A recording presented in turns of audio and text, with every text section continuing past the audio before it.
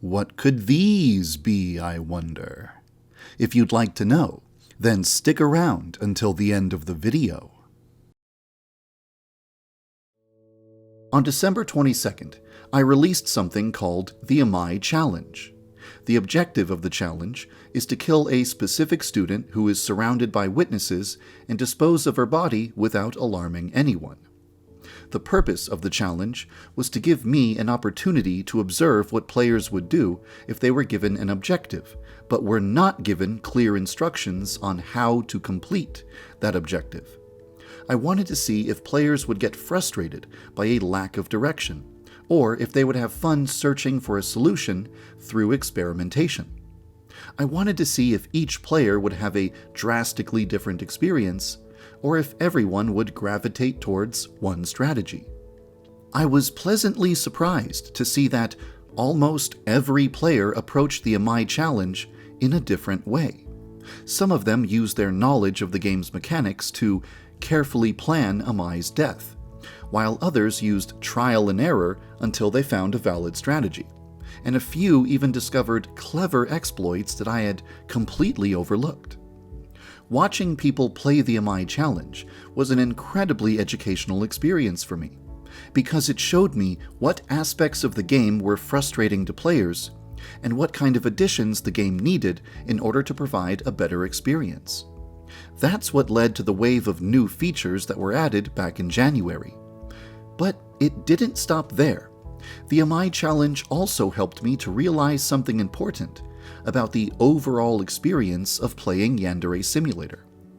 As I was observing players attempt to beat the challenge, I saw them doing a lot of things that they never did during Osana's week. I saw players exercising caution and using stealth. I saw players improvising in creative ways when things didn't go according to plan. I saw players studying each other's videos in order to compete for the fastest possible time. In short, I saw people having a completely different type of experience than they had with Osana's week. It was an experience based around using the game's mechanics in clever ways, rather than purchasing a walkthrough from Info-chan and following a set of steps. An experience characterized by experimenting and improvising, rather than watching scripted events with voice acting and motion-captured animations.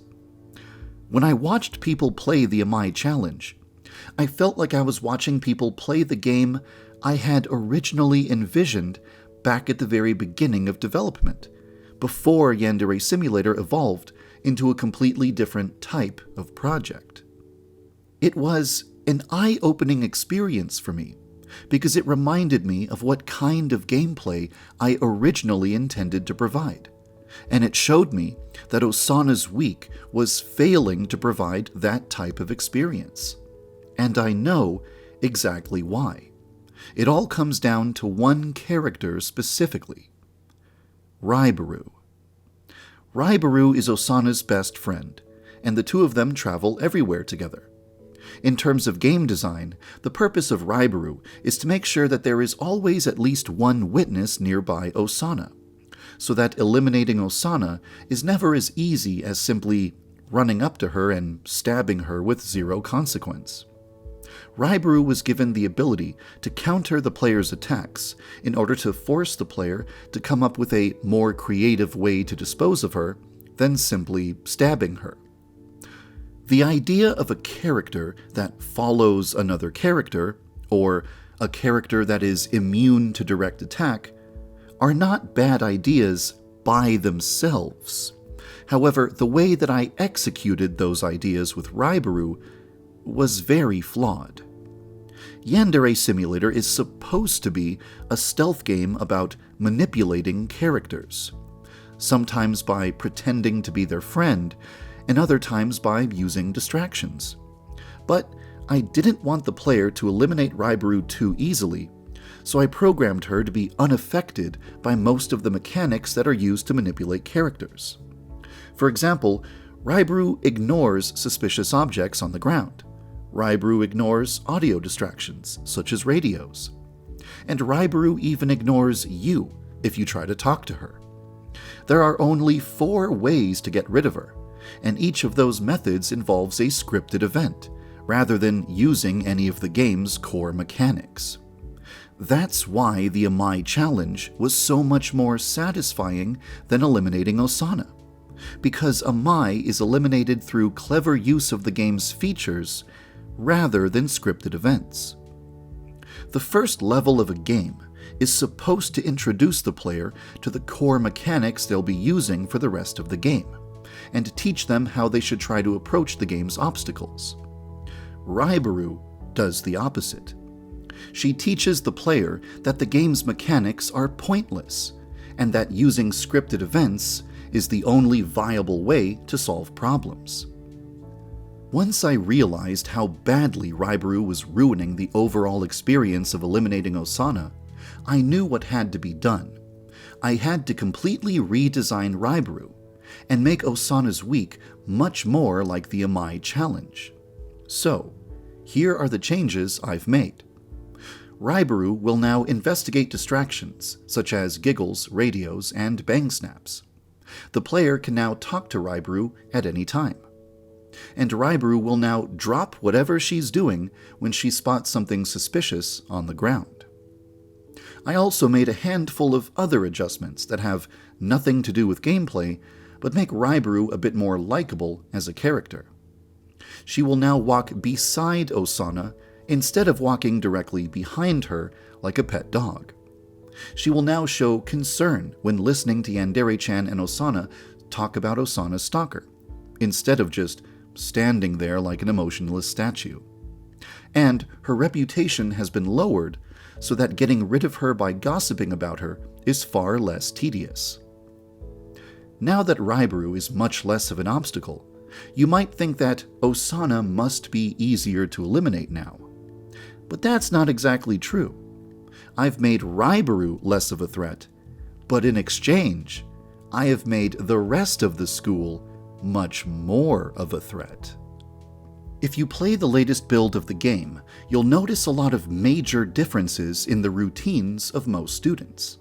Many students now spend their time socializing with one another along the path that Osana takes throughout the school. You can easily get Raibaru away from Osana, but Osana will always be within the cone of vision of at least 2 other students. This means that if you want to eliminate Osana without any witnesses, you'll have to pick a place to eliminate her, get rid of the witnesses in that area, distract Raibaru at just the right moment, and then eliminate Osana with perfect timing. This kind of stealthy, cautious gameplay represents what I originally had in mind for Yandere Simulator, way back at the very beginning of the game's development. Of course, scripted events will still be present in the game as options, but moving forward, I'd like to make sure that it's always possible to eliminate the rivals exclusively using the game's core mechanics, as long as the player is willing to take the time to master the game's features. Feel free to download the latest build of the game and try to kill Osana outside of her scripted events. Let me know if it feels too easy, too frustrating, or just right. In a few days, we will arrive at the 7th anniversary of Yandere Simulator's development. I fully acknowledge that it's unusual for a game to be in production for such a long time. It's a subject that I've spent a lot of time thinking about, and I'd like to make a video to share my thoughts with you. That video will probably come out shortly after I announce the results of the Medibang Art Contest, which is ending on April 5th. There are only 2 more things I'd like to say before I end the video. First, I'd like to thank you for following the development of Yandere Simulator. And second, I'd like to tell you more about these. For years, people have been begging me to provide Yandere Simulator plushies, and I finally made it happen. Yandere-chan and Okarudo plushies will be released in a couple of months, but you can only get them if you pre-order within the next 10 days. And if you buy both of them, you'll get 10% off on your order. If we can sell a lot of these, then we can afford to manufacture much bigger plushies in the future. So if you want to see those, please give these girls your support. I'm super happy with how they turned out, and I'm sure that you're going to love them too. There's a link in the description to crowdmade.com where you can check them out.